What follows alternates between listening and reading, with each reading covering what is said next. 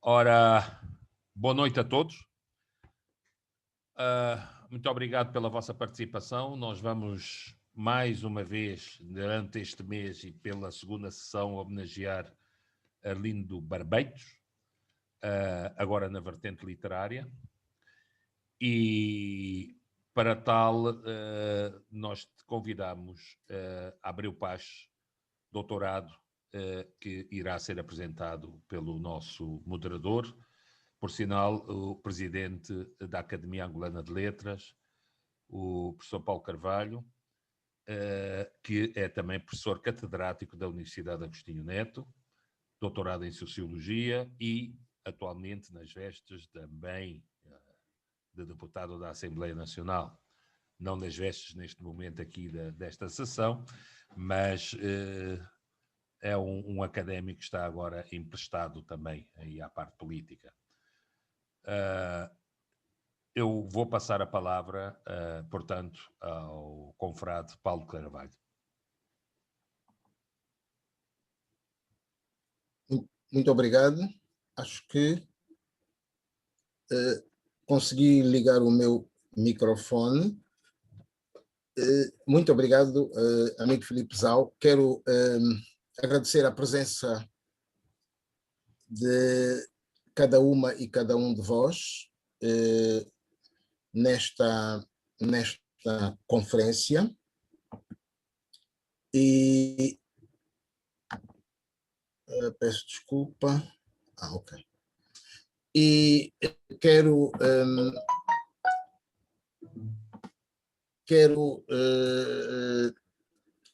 anunciar que esta conferência é a segunda do ciclo de conferências do mês de junho da Academia Angolana de Letras. Portanto, as 4 conferências deste mês realizam-se em homenagem ao escritor e sociólogo angolano Arlindo Barbeitos, membro fundador da Academia Angolana de Letras. Ora bem, quanto a esta segunda conferência em homenagem a Arlindo Barbeitos, portanto, está relacionada com a sua contribuição para a literatura angolana, e a conferência vai ser proferida por Abreu Paz, tal como já foi dito pelo meu colega Filipe Zau. Eu passo a apresentar o nosso conferencista de hoje. Seu nome completo: Abreu Castelo Vieira dos Pache, poeta, ensaísta, doutor em Comunicação e Semiótica pela Faculdade de Filosofia, Comunicação, Letras e Artes da Pontifícia Universidade Católica de São Paulo, no Brasil. Antes disso, tem um mestrado em Ensino de Literaturas em Língua Portuguesa e uma licenciatura em Ensino de Língua Portuguesa. É professor no ISED de Luanda, Instituto Superior de Educação de Ciências da Educação de Luanda. Leciona nos mestrados de Línguas e Literaturas angolanas, também da Faculdade de Letras da Universidade Agostinho Neto. E no ISED é chefe de departamento de Línguas e Literaturas Africanas. Abreu Paz é autor de dois livros. Os títulos são A Chave no Repouso da Porta, publicado em 2003, e O Vento Fede de Luz, publicado em 2007. É membro da União dos Escritores Angolanos e aí, ao nível da União dos Escritores, é diretor do Centro de Estudos Literários Angolanos e é também membro do júri do Prémio Nacional de Cultura e Artes. Sendo assim, então, eu vou passar a palavra Portanto, agradecemos que ative o seu som. Vou passar a palavra ao Dr. Abreu Paz para fazer a sua apresentação. Muito boa noite, obrigado pela presença. A palavra é sua. Boa noite, professor Paulo Carvalho. Boa noite a todos. Gostaria antes de agradecer a presença ou seja, o convite feito pela Academia de Letras para poder estar presente neste ciclo de homenagens à figura tão ilustre como a de Arlindo Barbeiros. E gostaria, por isso mesmo, mais uma vez, agradecer esse convite.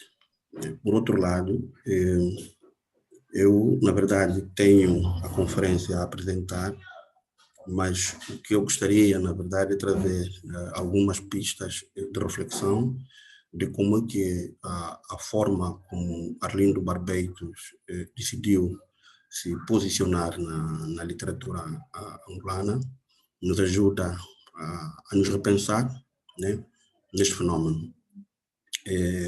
Primeiro, é a necessidade de nós entendermos que a literatura angolana terá surgido como fenômeno que foi forjado a partir da ideia das sociedades urbano-industrial. Ou seja, é na ideia de cidade, é na ideia da produção industrial, tal qual como surgiu a ideia de educação, é que também foram forjadas as literaturas. Então, quando nós pensamos no fenômeno literário, mesmo já a partir do Ocidente, ela tem, a literatura, uma estruturação urbana. E também, olhando para o mesmo fenômeno, outro elemento que se liga a isso é precisamente a ideia do território nacional. Né? Quando nós pensamos, ou seja, quando Angola se constitui como república e território nacional, ela, aliás, Angola foi fundada com uma língua que pudesse recobrir o espaço nacional, o espaço constituído politicamente, e também se funda uma literatura como uma marca que pudesse assegurar este espaço. E nós temos exemplos múltiplos quando a gente olha para a história de Angola e a história da própria literatura angolana, vemos tecnicamente esse desenho. E a forma como a própria literatura fosse desenhar para explicar os fenômenos sociais, políticos e até históricos. Também, nós, a partir desse lugar de território nacional, precisamos pensar a forma como o território se organiza. É que antes de se fundar a Angola como o território que nós abordamos hoje, nós antes tínhamos agregados populacionais ou diferentes reinos. E esses diferentes reinos é que depois, ou por cima deles, é que se vai construir o território angolano. Ou é isso que nós abordamos como realidade angolana. Então, dentro desse território, encontramos povos como os Kikongos, como os Chocos, os Kimbundos, os Kikongos, os Nganguelas, os Ochiquanhamas, os Mbundas, entre outros, né? Para citar alguns. Então, nós, quando, do ponto de vista cultural, pensamos em Angola, pensamos em diferentes povos e em diferentes línguas. Isso é uma realidade, é um desafio que, no fundo, nós temos. E esse é o espelho que o país tem como realidade constitutiva. Também, se entendermos que o que se designa de literatura angolana, nesse caso, a partir desses quadros que eu tracei, seja tomado como a umbrella ou o guarda-chuva das diferentes literaturas que constituem o território angolano, se nós pensarmos a literatura a partir da ideia de sociedade-língua, ou povo-língua, então podemos perceber que o Arlindo Barbeitos, no seu projeto artístico, ajuda-nos a abordar esse território, ou seja, esse quadro complexo que atravessa os angolanos como realidade cultural, por um lado, e por outro lado, os diferentes fenômenos que os angolanos vão manifestando. Isso no domínio da literatura, no domínio da música e de outras formas de manifestações culturais. Digo isso porque, olhando para a formação cultural do Arlindo Barbeitos, ou seja, acadêmica, científica, ele tem uma formação no domínio da antropologia e das sociologias, para além de ter um engajamento político. E ele, quando vai escrever, no fundo, ele transporta para si toda essa experiência que ela acumula. A experiência do engajamento político, a experiência acadêmica e científica ficam muito visíveis.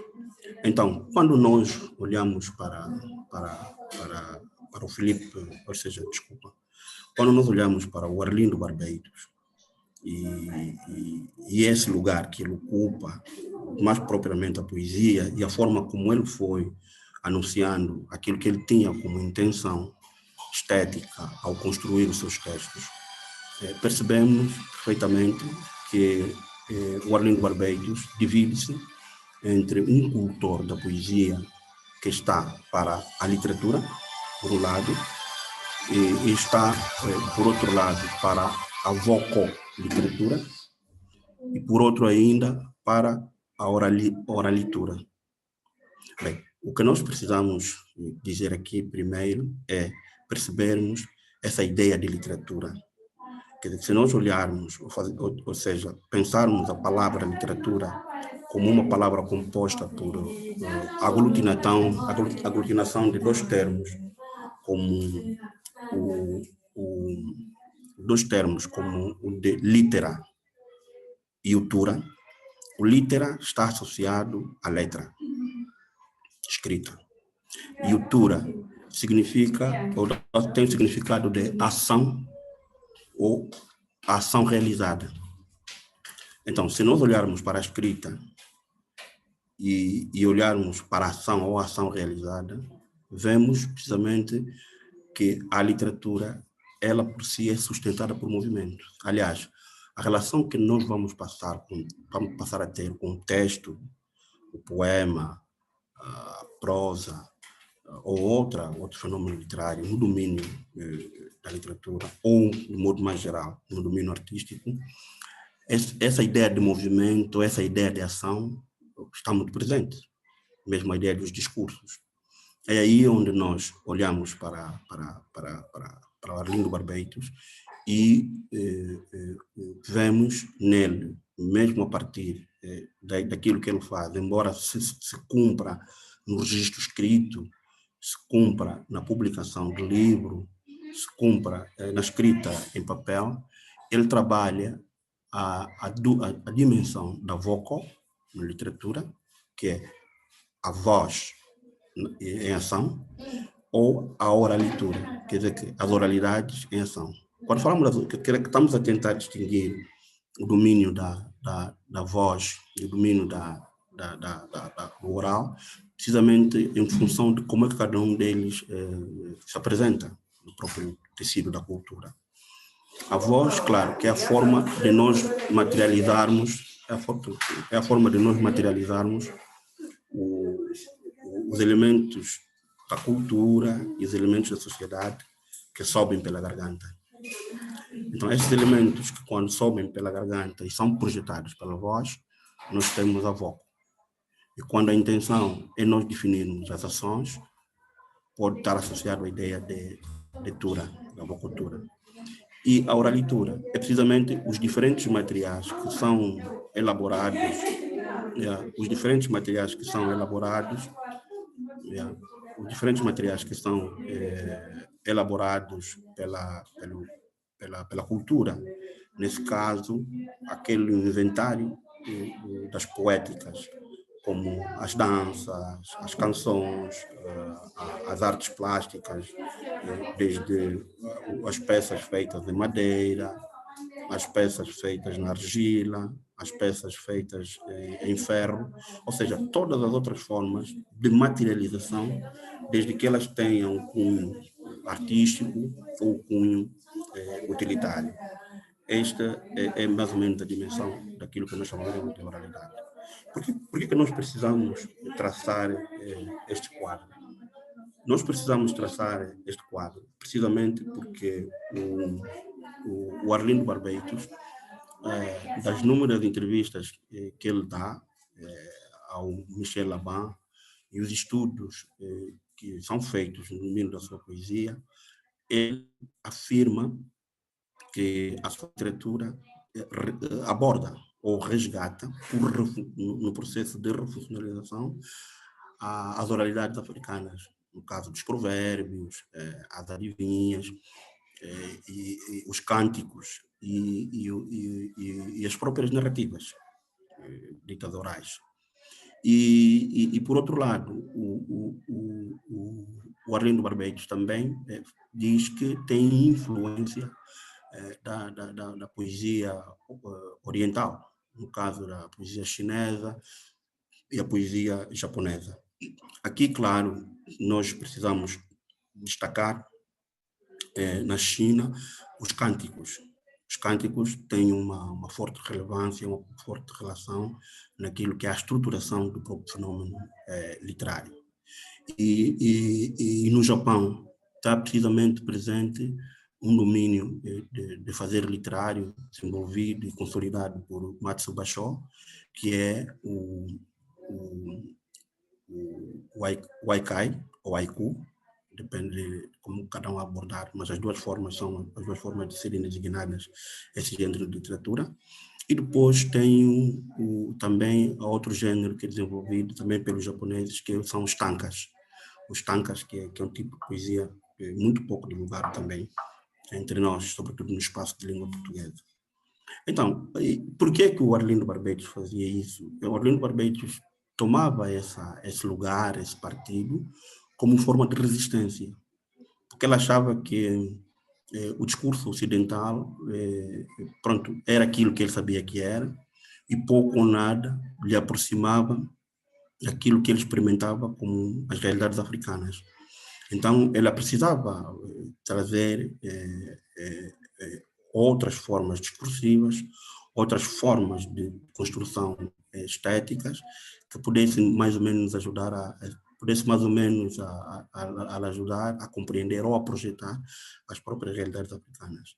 E ao fazê-lo, olhando para o Oriente, no caso da China e o Japão, talvez as outras formas artísticas do Oriente ele tenha atravessado e ele não tenha se pronunciado, ele precisamente vai querer construir esse lugar diferenciado. E ao construir esse lugar diferenciado, ele vai sim se aproximar aquilo que é ao que nós poderíamos designar na literatura de experimentalismo, como um movimento desenvolvido em Portugal, né, por Meli Castro, Anátile, Fernando Aguiar e outros, ou então aquilo que também, por outro lado, é o concretismo, que vai ser desenvolvido no Brasil pelos irmãos Campos, o Haroldo Campos, o Augusto Campos e o Décio Pinatari. Quer dizer, nesse entroncamento em que o Arlindo Barbeitos nos leva, então vê-se que o quadro pode se completar.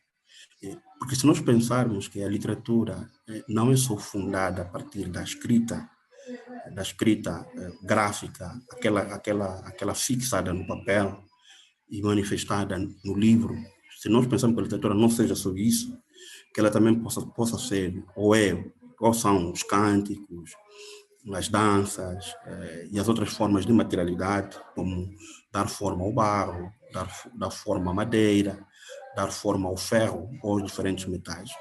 Então podemos ver que o Arlindo Barbeitos ao construir o tipo de discurso que ele vai construir na poesia angolana, nos aproxima a compreensão dessa forma expandida como nós podemos compreender o fenômeno literário, né? E aliás, todo o seu exercício de experimentação artística, todo o seu exercício concreto, né? Porque vai precisamente trabalhar isso. Vamos ver a forma como a sua poesia se aproxima aos tankas, por um lado, ao haikai.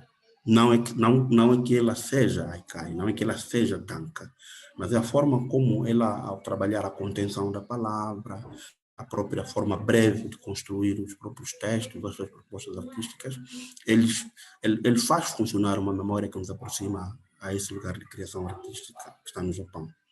Por outro lado, também as próprias, ou seja, os próprios cânticos, a forma como eles também vão e invadem ou se estruturam na poesia chinesa. Por outro lado, os provérbios. Claro que nós não desenvolvemos uma capacidade de podermos olhar no domínio da literatura esta dimensão que o provérbio tem, essa dimensão ampla que ele tem de poder trabalhar com as diferentes formas também de materialidade. Mas, primeiro, a forma contida como o Arlindo Barbetos trabalha a sua poesia tem vizinhanças com o provérbio. E a outra forma também como ele trabalha os próprios cantos. E a forma até como ele constrói as imagens, né? Aquilo que nós chamaríamos de figuras de estilo, acaba por nos transportar para esse lugar. Então, ao olharmos para isso, percebemos que o trabalho desenvolvido pelo Carlos Enstman, espanhol, que fala sobre as esculturas africanas e outros escritos, o trabalho desenvolvido por Cristina Pomoska, a russa, que fala do futurismo e do concretismo, o trabalho desenvolvido por Ernest Fenollosa, Ezra Pound, em que eles abordam a escrita chinesa como um meio poético, em que a própria forma como a escrita chinesa se projeta, ou a japonesa se projeta como um ideograma, para a compreensão do Fenollosa ou do Ezra Pound, que vai depois concretizar a publicação dessa obra, ele por si só já é um meio poético. Temos várias formas, podemos usar vários caminhos para mostrarmos isso não é muito difícil. Por outro lado, é o trabalho também que é desenvolvido pelo Haroldo Campos. Então, ao olharmos para essas quatro posturas teóricas, incluindo nisso a Anna Atley, a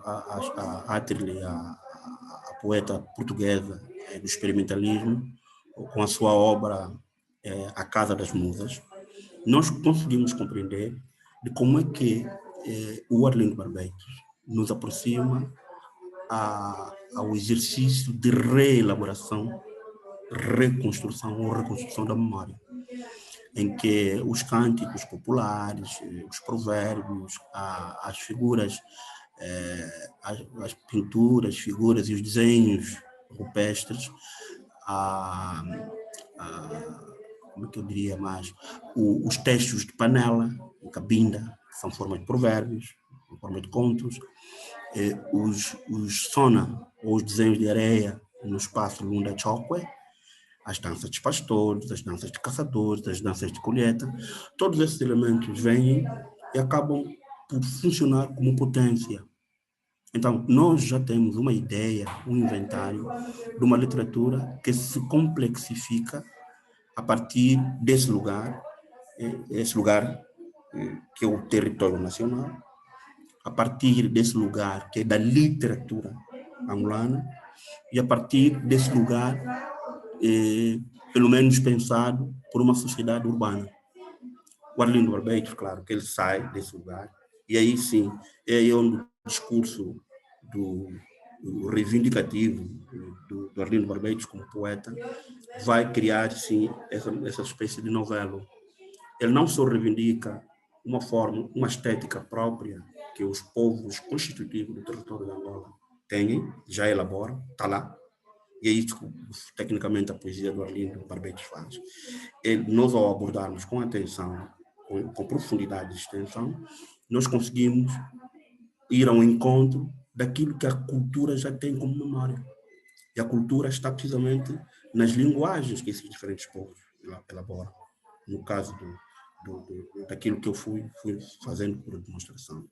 Aí sim, vemos, para aquilo que a Europa consagrou como ser as vanguardas artísticas, vemos um poeta que também se podia posicionar num lugar que nós chamaremos de vanguarda.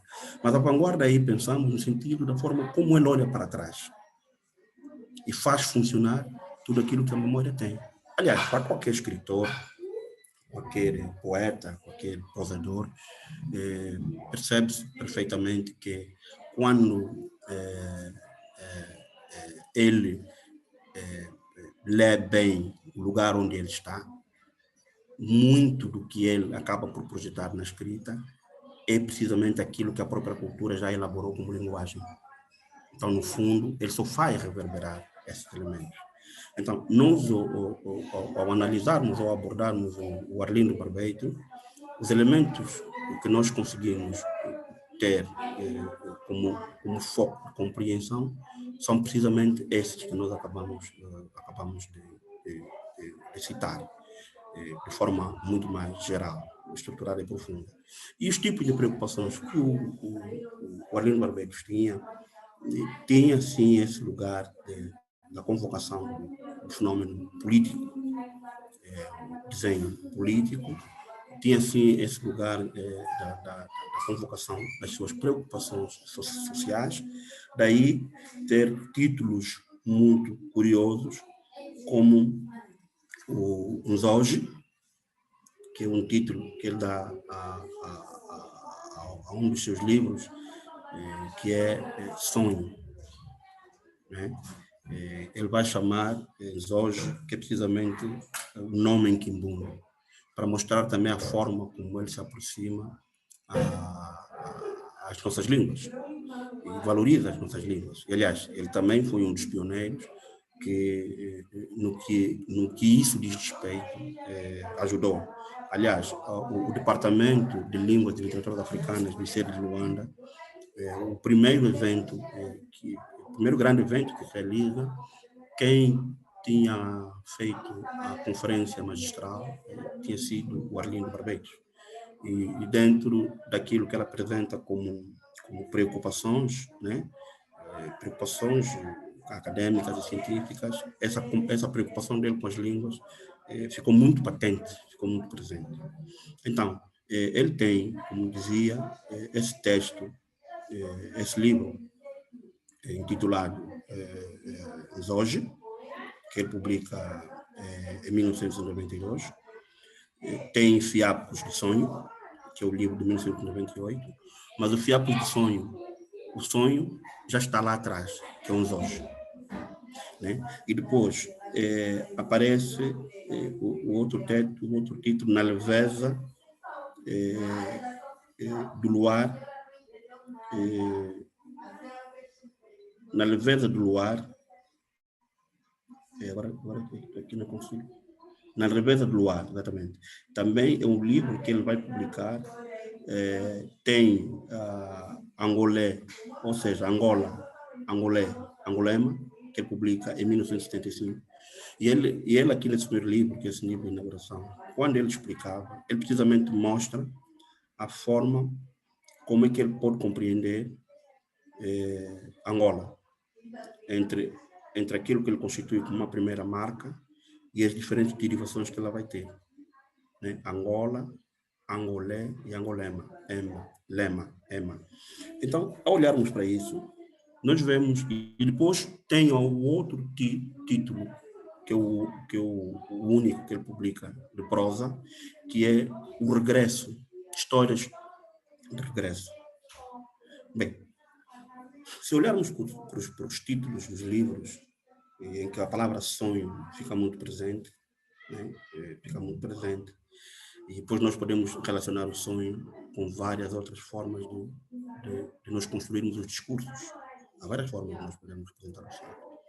E se olharmos para essa ideia também de regresso e pensarmos que o próprio Aurelino Barbeito dividiu-se entre a literatura e as ciências humanas, no caso da investigação em antropologia e sociologia, e se olharmos também dentro da literatura, ele se divide na construção poética e na prosa, ou propriamente a narrativa.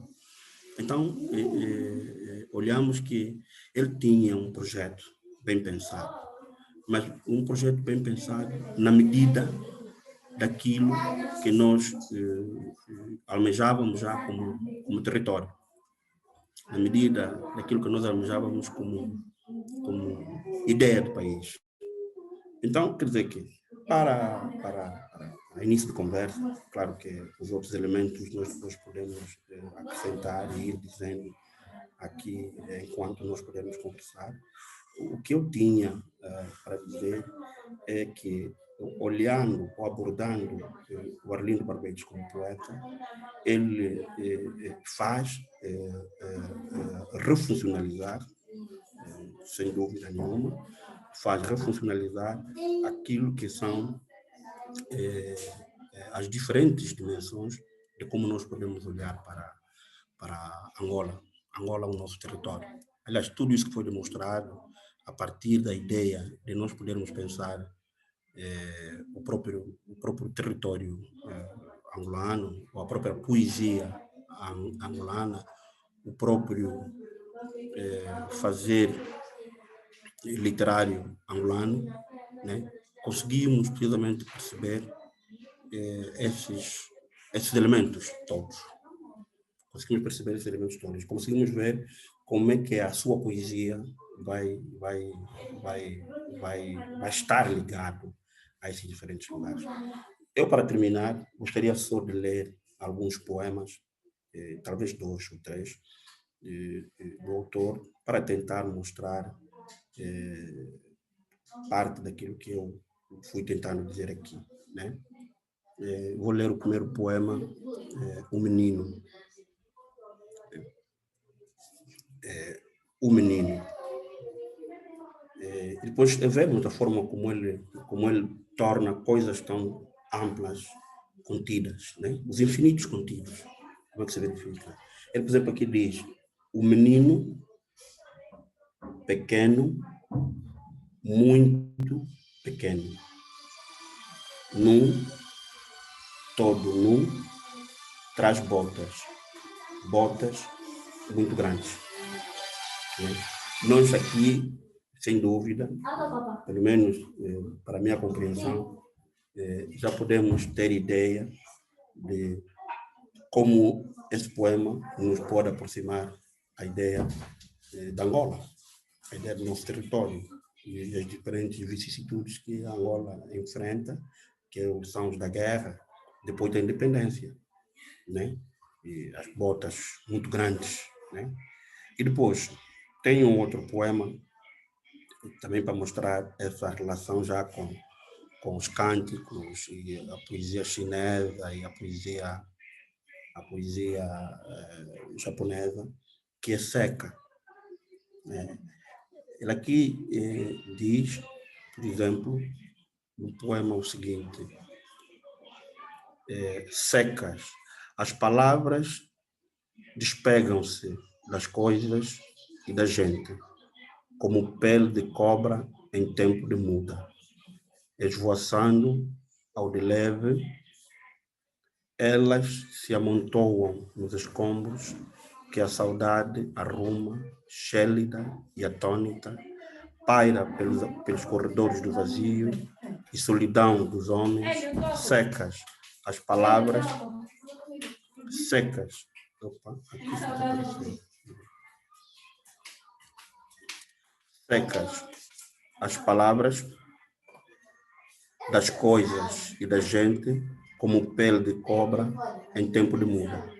Então, aqui vemos como é que, por exemplo, o Arlindo Barbeito faz desfilar a relação entre os elementos da natureza e os elementos da cultura. Como é que a literatura, aliás, como é que a própria natureza vai estar presente. E a forma como ela vai trabalhar as palavras, ou seja, a forma como ou seja, como as palavras voam, como que a cobra também quando muda de pele. Então, quando nós estamos no território da literatura, nós sabemos que os textos literários, ele por si só, não se constituem como conteúdos, né?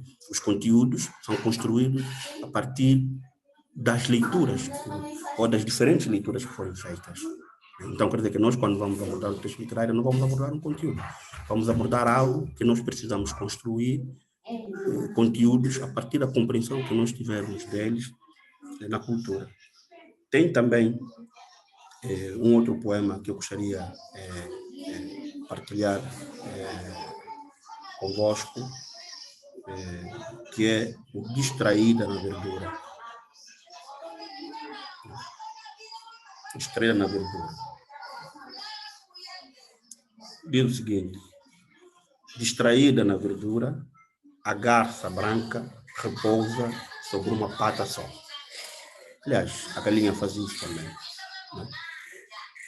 Mas depois ela acrescenta: apodrecido na morte, o soldado preto nem pernas tem.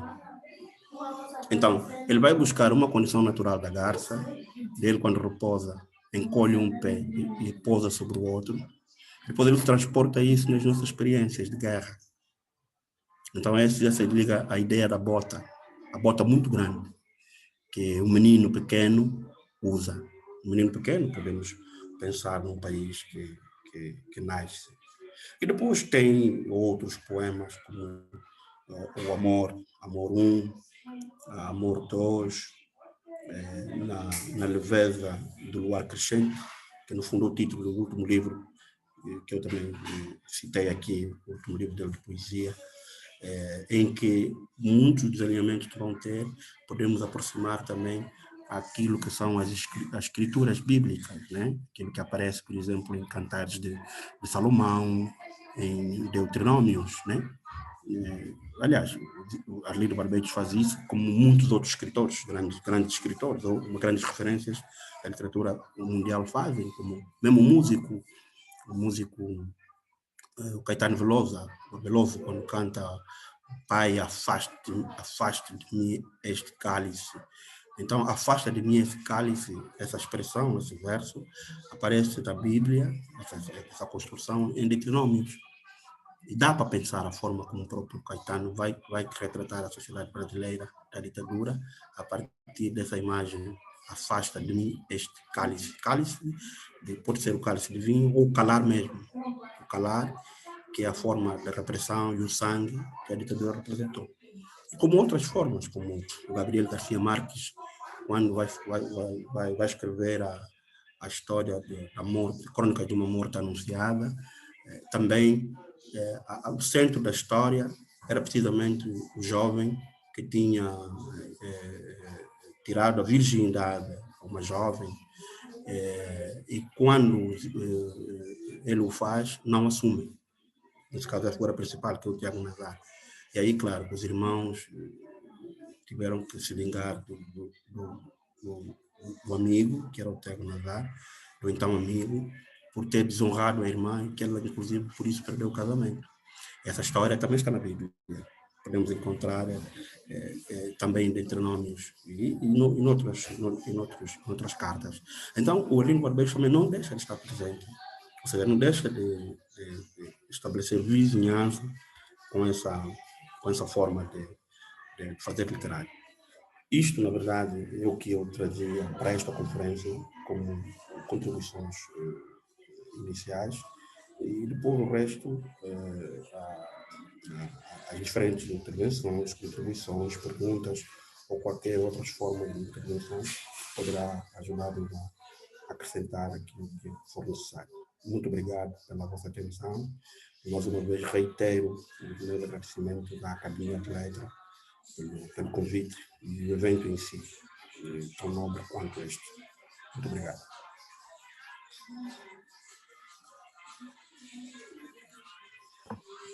Muito obrigado, caro Abreu Pache.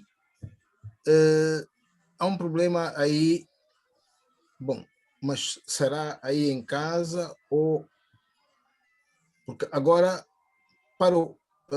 havia um ruído de fundo, o único microfone ligado era o seu, então ou é do microfone? Não, é aqui em casa mesmo. Ah, ok, pois, é um ruído que estávamos a ouvir. Ok. Bom, então É aqui em agradecemos. casa, professor. E queria pedir desculpas, porque de repente eu estou a fazer isso na sala e Ah, de repente recebemos visitas aqui em casa. ok, claro. Sim, senhor. Bom, olha, e agora desligou o seu microfone, né? Ok, mas pronto, tudo bem, por enquanto. Mas pode ligar à vontade. Ora bem, então vamos pedir que... Não, era só para depois evitar também ruídos entrarem, por isso que eu... ok. Yeah. Tudo bem. Por enquanto ainda pode estar desligado, então queríamos pedir, agradecer ao nosso conferencista pela apresentação que fez do homenageado do mês. E então queríamos pedir às presentes e aos presentes que tenham considerações, inquietações, perguntas, que se inscrevam e o façam, por favor. Bom, quanto a membros da Academia Angolana de Letras, queremos anunciar a presença do escritor Boaventura Cardoso, primeiro presidente da Academia Angolana de Letras. Queremos também anunciar a presença do escritor Otaviano Correia, vice-presidente de mesa da Assembleia Geral da Academia Angolana de Letras, nosso confrade. Fragata de Moraes está presente, mas retirou-se, ter-se-á retirado por instantes. Temos também a presença do José Otávio Serra Vandune, que pronto, então não tem o vídeo ligado. Aqui está. Amigo Zé Otávio, boa noite, tudo bem? Está em Londres. Ok, pode ativar o microfone, caso queira dizer uma palavrinha. Boa noite a todos também. Gostei muito de ouvir o professor Abreu Paz, muito interessante. Obrigado. Obrigadinho. Está também presente, agora fugiu, aqui está, a académica Inocência Mata, nossa amiga e nossa irmã. O Virgílio Coelho e o Vítor Cajibanga já estiveram presentes e eventualmente ter-se-ão retirado. Assinalamos com bastante agrado a presença do nosso mais velho, irmão mais velho, Dario de Melo, a partir de Benguela. Amigo Dario, tudo bom? O Filipe Zau já anunciou que o teremos dentro de pouco tempo, para uma das conferências do mês de julho, acho que é a primeira, se bem me recordo. Sim, senhor, e em relação à Academia Angolana de Letras, estamos conversados. Bom, claro que não posso deixar de mencionar a presença do Filipe Zau, vice-presidente da Academia Angolana de Letras, nosso confrade e irmão também, sempre presente no que respeita a conversas sobre educação e com conversas em geral sobre as letras. Então, não temos aqui nenhuma inscrição, por enquanto. Alguém quer? Alguém?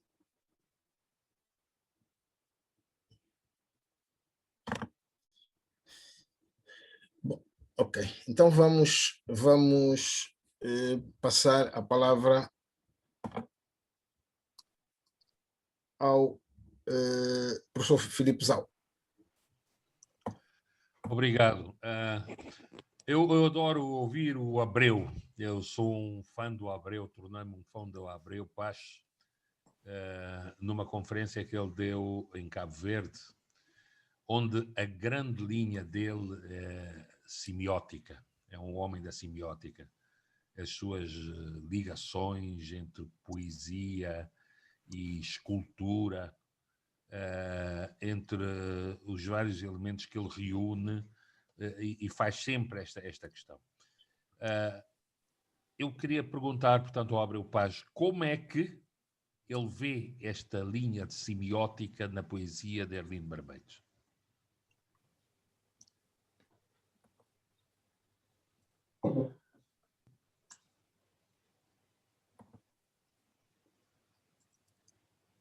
Ok. Sendo assim, vamos então ouvir o nosso conferencista.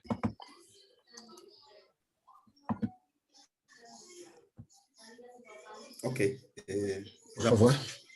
Sim, força. Sim, professor Filipe Zau, obrigado. E obrigado ao professor Zé Otávio também. Aí. Na verdade, quer dizer que o exercício que eu tecnicamente fiz acabam por ser a demonstração dessa dimensão semiótica que o texto de Arlindo Barbeito tem. Aliás, lendo as entrevistas, as poucas, muito poucas, entrevistas que o Arlindo Barbeito deu, ele precisamente assinalava isso.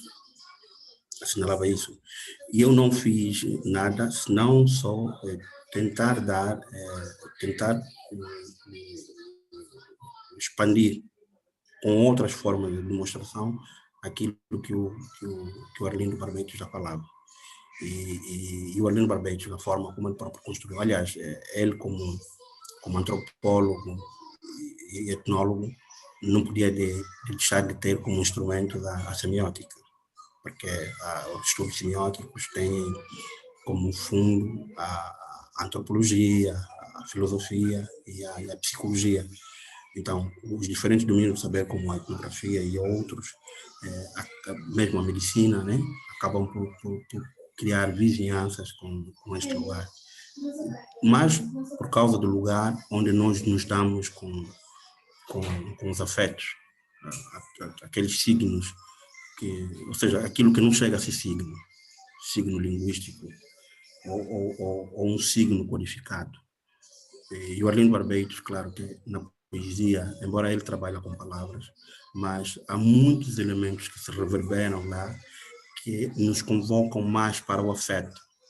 O afeto, que é aquele lugar onde não há ideologia, aquele lugar em que as imagens, eles vêm cruas, nuas, verdes, como ele muito dizia, verdes, da própria forma como a natureza às vezes concebe.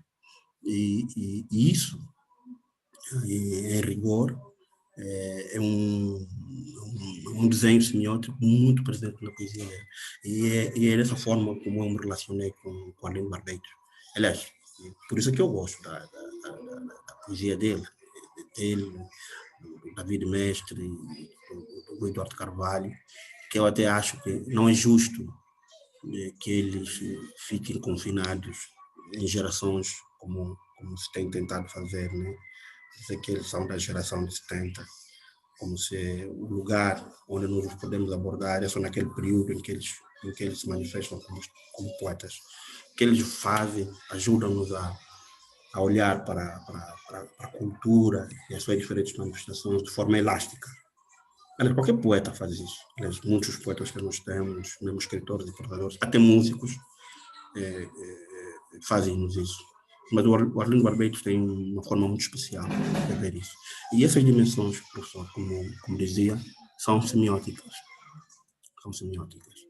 E obrigado por essa observação e essa lembrança de Cabo Verde, né? Mais uma vez.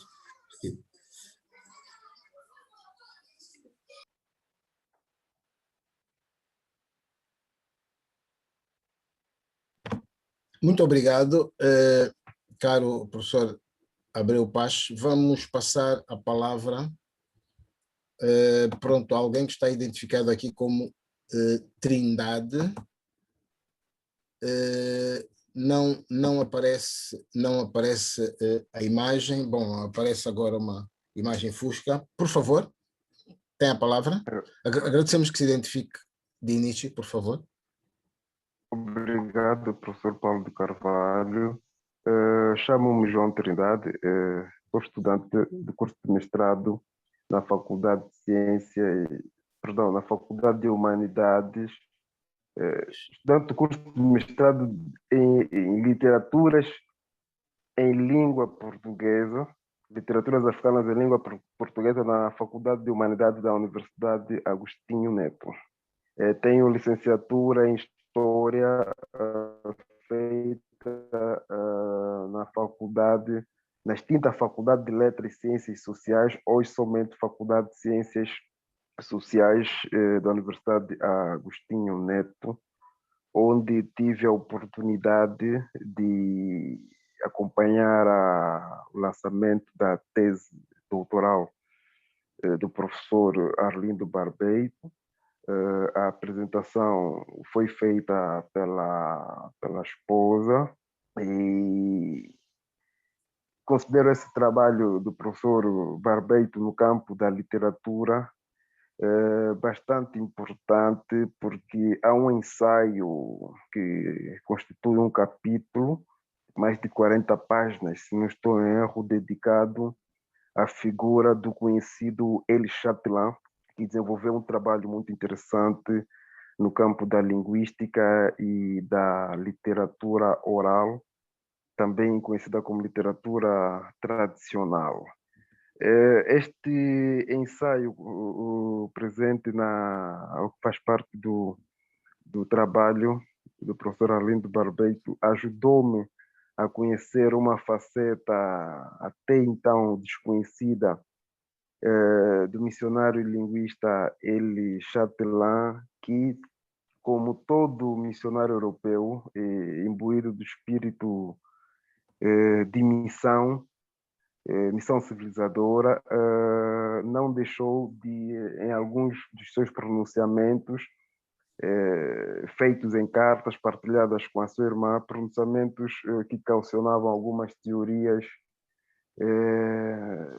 hoje inadmissíveis, que falavam ou referentes à inferioridade cultural do homem africano e angolano em particular. Então, o capítulo Élie Chatelain, se não estou em erro, o gênio do projeto de colonização, projeto missionário e o gênio do colonialismo. Em princípio era tudo quanto eu tinha para dizer, porque infelizmente não tenho nenhuma obra, nenhum poemário da autoria do professor Barbeito. Tenho apenas essa tese de doutoramento e alguns artigos, ensaios, digamos assim, que foram publicados na revista Mulemba da Faculdade de Ciências Sociais, editada pelo professor Virgílio Coelho, a quem aproveito a ocasião para endereçar uma saudação, e a todos os professores com quem eu estive na Faculdade de Ciências Sociais no período de 2009 até 2014, que é o período em que eu concluí a minha formação em História. Muito obrigado pela palavra mais uma vez e saudar a iniciativa que a Academia teve em realizar este evento. Muito obrigado. Muito obrigado. Tínhamos uma inscrição do Vitória Pereira, mas deve ter ficado sem sinal porque desapareceu de repente. Ok, voltou a surgir agora. Então, sendo assim, vamos passar a palavra. Gostaríamos de pedir para ativar o som. Vamos passar a palavra ao Manuel de Vitória Pereira. Boa noite. Eu queria aqui lembrar o quão interessante era ter uma conversa casual com o poeta Barbetos. Aprendia sempre muito, era uma aula, sem ser fastidiosa, mas era uma longa aula que se recebia. E só, por exemplo, acerca da música, ele me ter explicado que a nossa marimba tem origem asiática e que terá entrado pela costa do Índico e por Madagascar, e que não era, por tradição, um instrumento popular, e sim um instrumento das cortes. Enfim, com ele sempre se aprendia muito. Mas eu recordo um poema dele que me parece que muito me seduz e parece resumir, de certa maneira, aquilo que ele era como poeta e como homem de ciências sociais, que é, passo a citar: na noite aveludada, não mais histórias de medo, mebecos sem cabeça, ladrando pelo pescoço às caravanas de cera. Na noite aveludada, histórias da história que vamos fazendo. É, acho eu, uma visão da tradição nossa, mas com os olhos postos no futuro. Por isso me marcou esse poema. É tudo. Muito obrigado, amigo Manuel Vitória Pereira. Muita saúde por aí, tudo de bom. E temos mais uma inscrição. Se o professor Abel Paz permitir, vamos ouvir então. Bom, está identificado aqui como David. Estamos a pedir-lhe para ativar o som. Já tem o som ativo, não ligou a câmara. Bom, tem a palavra. Agradecemos que se identifique, por favor. Muito obrigado. Boa noite a todos. Eu sou o David Capangela. Ok. Gostava de felicitar a Academia de Letras pela iniciativa e por tudo que tem estado a fazer nesta área de contribuição e reconhecimento da nossa literatura angolana. E falar de Arlindo Barbetos, para mim, é falar de um escritor que ao lado de Eduardo Carvalho e também da revista. Bom, o que eu gostava de perguntar ao professor Paz era de pedir, na verdade, que tentasse entrar com um pouco mais de detalhes naquilo que está relacionado com a concisão da poesia de Arlindo. Ele tinha uma técnica muito forte de poder formular e que ele chegava até a exaustão daquilo que permitia a concisão da poesia. E é raro no nosso contexto, e me parece que sobre isso o professor Abreu fala muitas vezes. Eu gostava então que o professor Abreu desse mais uma chega relativamente a essa concisão da poesia do escritor Barbetos e também tentar se aproximar um pouco mais naquilo que fez referência sobre o Haikai Tanka.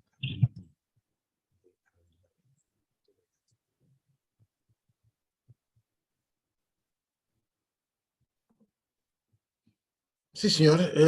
Muito obrigado. Peço desculpa por não ter identificado o Sr. Secretário-Geral da União dos Escritores Angolanos.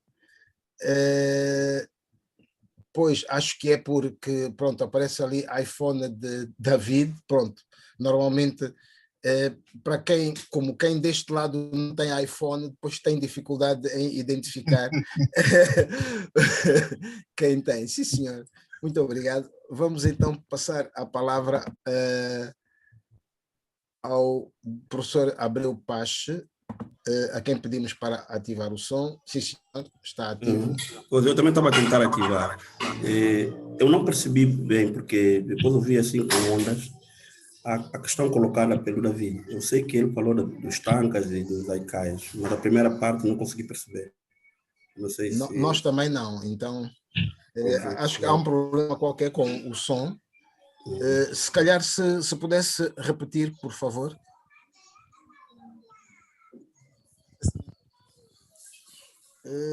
Não estamos a ouvir. Não estamos a ouvir. E agora? Nada? Agora sim, agora sim. Voltamos a não ouvir. Desta forma. Tá? Melhorou? Sim, sim. A minha pergunta, professor Abreu, era de pedir, ou seja, eu queria pedir ao professor Abreu que entrasse um pouco mais em detalhe relativamente à concisão da poesia escrita pelo Arlindo Barbetos. Porque ao falarmos da poesia nesta forma de trabalhar, poderíamos buscar exemplos como o de David Mestre e também pedir ao professor Abreu Pache que tentasse dar uma aproximação, como fez referência, ao haikai e ao tanka naquilo que tem a ver com a escrita de Arlindo Barbetos. Não sei se me fiz perceber. Sim. Agora sim. Agora percebi. No fundo,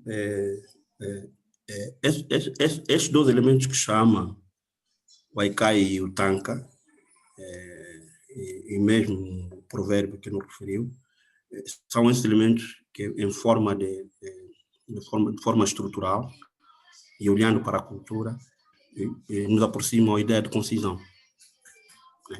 O haikai é um poema conciso, feito de 17 sílabas métricas. Tem 5 sílabas no primeiro verso, 7 sílabas no segundo verso e outras 5 sílabas no terceiro verso. Ele, no fundo, é feito em forma de terceiro. Mas ele, como conteúdo, segundo a definição dele, o haiku tem que ter um kingo. E o kingo é o elemento da natureza, né? Tem que estar presente.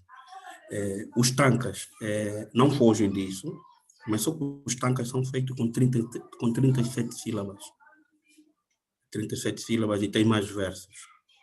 E também já não trabalha só com o elemento da natureza, como trabalha com os outros elementos da sociedade. No fundo, é uma poesia que se distancia um bocado, ou seja, que não segue em risca aquilo que o haiku faz. Então, quando falava de concisão, tecnicamente, era precisamente para mostrar a forma como a poesia de Arlindo Barbetos tem vizinhança com estas formas poéticas desenvolvidas no Japão, tem vizinhança com os cânticos populares. Os cânticos populares, os nossos, têm versos muito curtos, muito breves, e assim como os provérbios. E aquele poema que eu li há pouco, O Menino, e ele tem muitos, O Menino, mostra precisamente esse lugar da concisão, né? Tecnicamente era mais ou menos isso que eu tinha para dizer em relação às questões que colocou.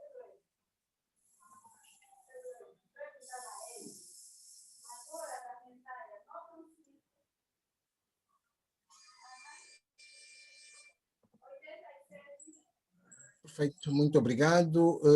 Mais alguma intervenção? aqui pronto, há aqui uma série de referências no bate-papo. Felicitações ao conferencista, de vários dos participantes, e a professora Inocência Mata aproveita para dizer que ela e a Ana Paula Tavares vão puxar pela língua do mais velho Adolfo Maria.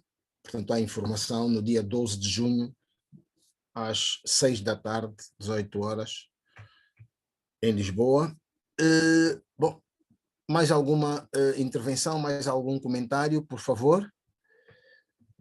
Recordo que estamos a homenagear o escritor e académico Arlindo Barbeitos, erudito angolano, homem de letras, que nos deixou recentemente. Queremos pedir, então, ou melhor, saber se há alguma intervenção. Notamos que regressou o mais velho Fragata de Moraes. Em relação aos mais velhos, Fragata de Moraes, Boaventura Cardoso, Otaviano Correia, algum comentário relacionado com o nosso Arlindo?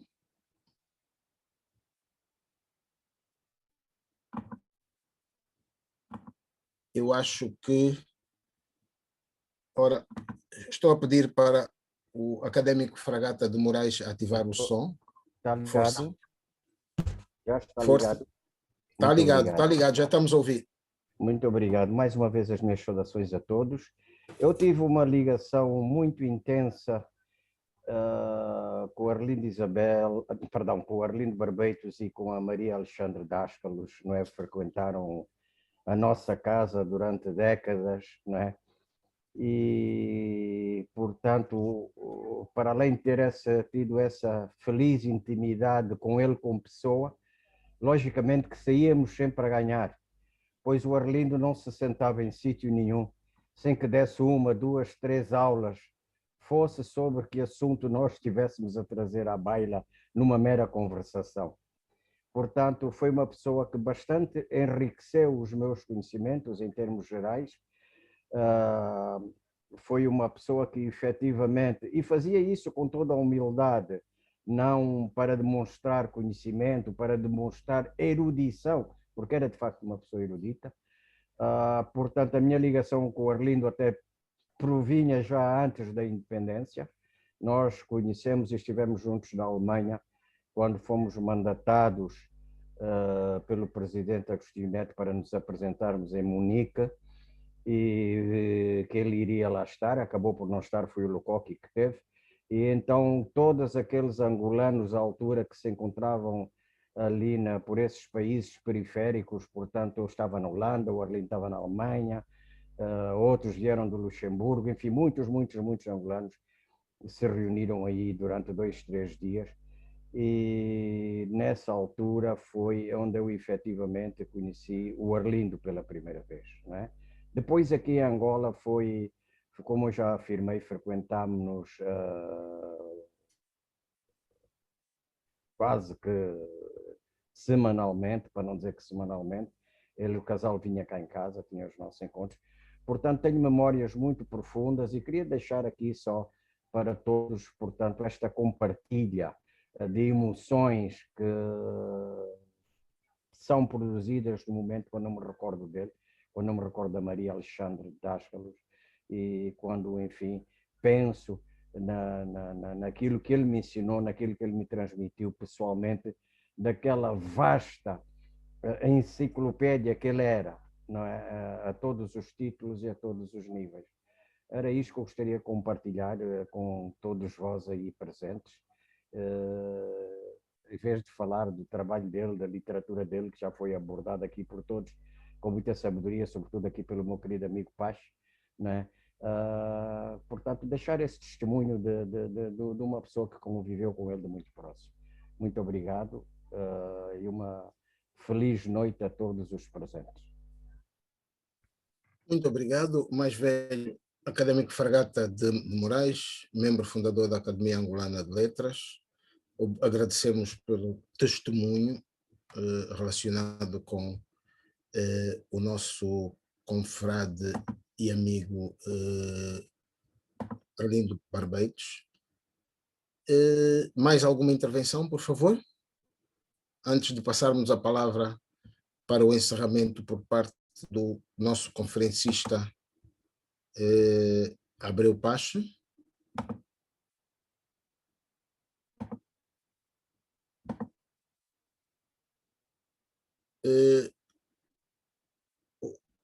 O mais velho Otaviano Correia fez um sinal, terá sido para nós. Quer intervir? Não, acho que não. Acho que não. Bom, sendo assim, então... sendo assim, vamos passar a palavra ao conferencista do dia, o professor Abreu Pacho, para dizer as palavras finais, por favor. Mas antes leio as felicitações. A última mensagem da professora Inocência Mata: felicito o Abreu Pacho pela interessante apresentação do poeta Arlindo Barbeitos. Por favor, Abreu. Mas um momento só, estou a ver ali o mais velho Otaviano Correia, não sei se quer intervir, fez um sinal agora, não? Não, né? Não, ok, peço desculpa. Sim, senhor. Abreu Pacho, por favor, tem que ativar. Sim, Okay. sim. Yeah. Obrigado. Eu queria agradecer. Agora que eu fui na lateral, na orelha, e vi os comentários que foram feitos, e as contribuições da professora Inocência, as correções. Na verdade, eu falei do Caetano Veloso quando eu Chico Buarque, né? E depois também a indicação do último título, do Arlindo Barbeitos, que é Na Leveza do Luar Crescente. Claro que eu perdi-me aí no meio, não consegui dizer. Agradeço a presença de todos e agradeço as felicitações dadas, eu estava a lê-las agora no chat, e reitero os meus agradecimentos e felicitações ao mesmo tempo à academia. Agradecimentos por me terem convidado e de ter esse momento de partilhar aquilo que eu tenho como ideias, leituras a propósito desse escritor, o Arlindo Barbeitos e outros. E também dizer que a academia, claro que eu não preciso recomendar nada, né? No fundo, isso também são ideias que eu fui partilhando com o professor Filipe Zau, que na verdade é importante fazer-se esse trabalho de reconstituição daquilo que é o trabalho ou as propostas artísticas que os nossos escritores podem fazer. Então, se nós podemos ter sempre um momento de homenagens a esse nível, como a que está a ser feita, por exemplo, o Arlindo Barbeitos, ter um mês dedicado a homenageá-lo é muito instigante, é muito reconfortante. Eu acho que era isso que eu queria para dizer. Eu não consegui assistir à conferência inaugural, feita pelo professor José Venâncio e Vitor Cajibanga, mas vou ver se ganho forças para poder ver as próximas duas, da professora Rita Chaves e Ana Maria Martins Ferro. Em suma, era isso que eu tinha para dizer, e vou ficar por aqui. Obrigado, professor Paulo Carvalho, pela moderação. Muito obrigado. Muito obrigado. Pronto, vou então passar a palavra ao anfitrião do dia de hoje, que é o professor Filipe Zau, vice-presidente da Academia Angolana de Letras, para fechar a nossa conferência de hoje. Muito obrigado, Presidente. Eu, na altura, pensava que não iria fechar, mas de todas as maneiras, eu penso que este é o momento, a meio do segundo ciclo, de chamar a atenção a um aspecto que me parece extremamente preocupante e que se enquadra do contexto daquilo que estamos a fazer hoje. Estamos a homenagear uma figura, estamos a homenagear uma pessoa importantíssima que foi para a literatura e também para a sociologia angolana, Barbeitos, casado com Alexandra Dascos, também uma outra poetisa. Contudo, eu recebo hoje uma mensagem que me diz o seguinte, a propósito do link que fui mandando para algumas pessoas. E uma dessas pessoas diz-me assim: o casal faleceu e deixou um filho único que está sozinho e que é incapaz, não sei se, em parentes, não sei se é autista ou tem outra deficiência, mas não é autónomo e vive sozinho, fechado num quarto com uma empregada que toma conta dele, no apartamento dos pais. Eu não os conheci, mas quando ouvi isto, fiquei triste. Apesar de... Só um minuto que agora saltou o texto. Saltou-me aqui o texto. O Daniel, né? É o Daniel. Maneiro. Apesar de já não ser criança, este jovem não é capaz de tomar conta de si e em Angola não há instituições para o caso dele. Se o Arlindo tinha e tem tantos amigos, será que entre estes amigos não se poderiam organizar para ajudarem o rapaz? Peço desculpa pela intromissão, mas não consigo deixar de pensar no assunto, mesmo não conhecendo a família, sem sentir uma tremenda pena de um filho que perde a família e está sozinho e incapaz.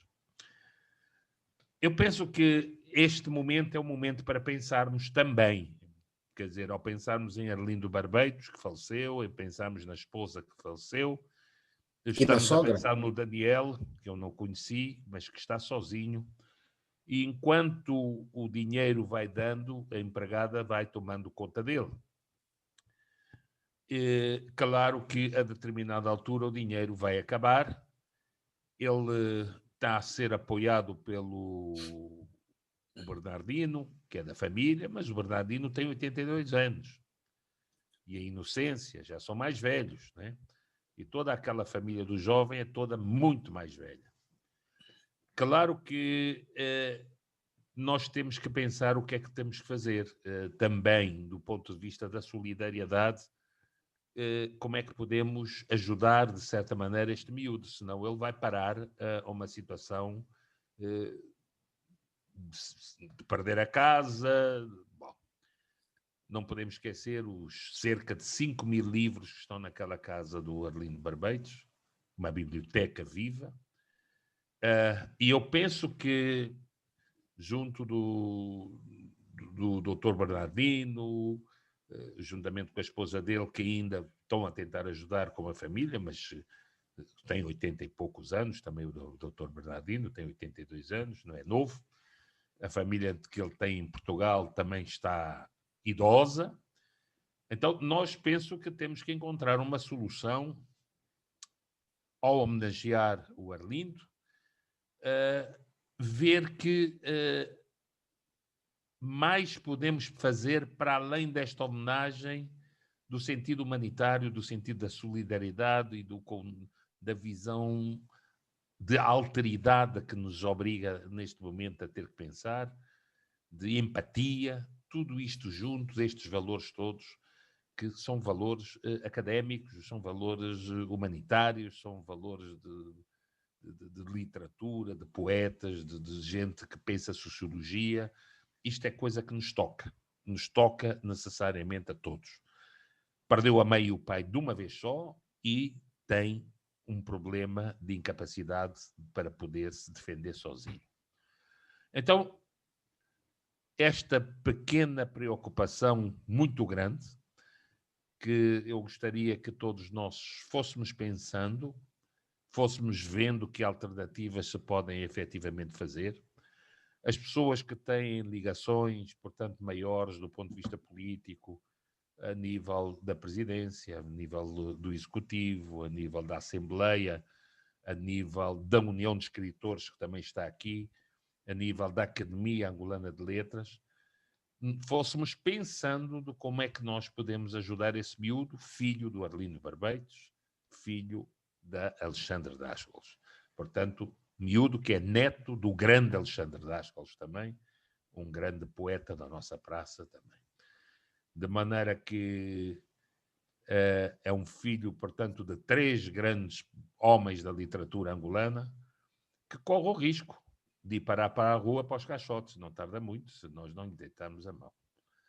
De maneira que nesta conferência eu quis deixar esta preocupação para que pensássemos nela com todo este lado humanitário que caracteriza, é o que nos caracteriza enquanto homens de letras, que nos caracteriza enquanto sociólogos, para que realmente a gente possa dar alguma resposta com alguma rapidez e ajudando o Bernardino, o Luís Bernardino, com os seus 80 e tal anos, que também não pode fazer muito mais. E nem a esposa também, Inocência. Eu conheci realmente o casal, tive uma ligação muito próxima com o Arlindo Barbeitos, quer em Lisboa, na altura que eu e o Paulo também estávamos a fazer o nosso doutoramento, portanto ele também estava nessa altura. E hoje sabíamos do problema do miúdo, que teve um problema de cancro muito violento, que teve que refazer a parte do céu da boca e grande parte da cara, ainda tem mais essa dificuldade, e que hoje está fechado num quarto de manhã, tarde e noite, e é uma empregada que lá vai, ou que lá está, que vai ajudar, e o antigo motorista, enquanto o dinheiro der.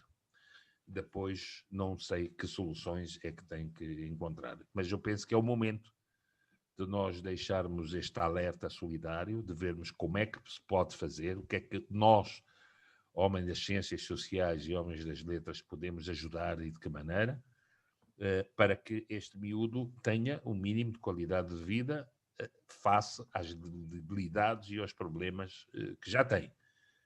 Temos aqui vários amigos que foram amigos do Arlindo, mas temos que encontrar uma solução, temos que pedir apoio ao mais alto nível para que este miúdo possa ir para uma instituição onde possa ser cuidado. Nós não temos aqui, mas temos que se encontrar uma solução qualquer.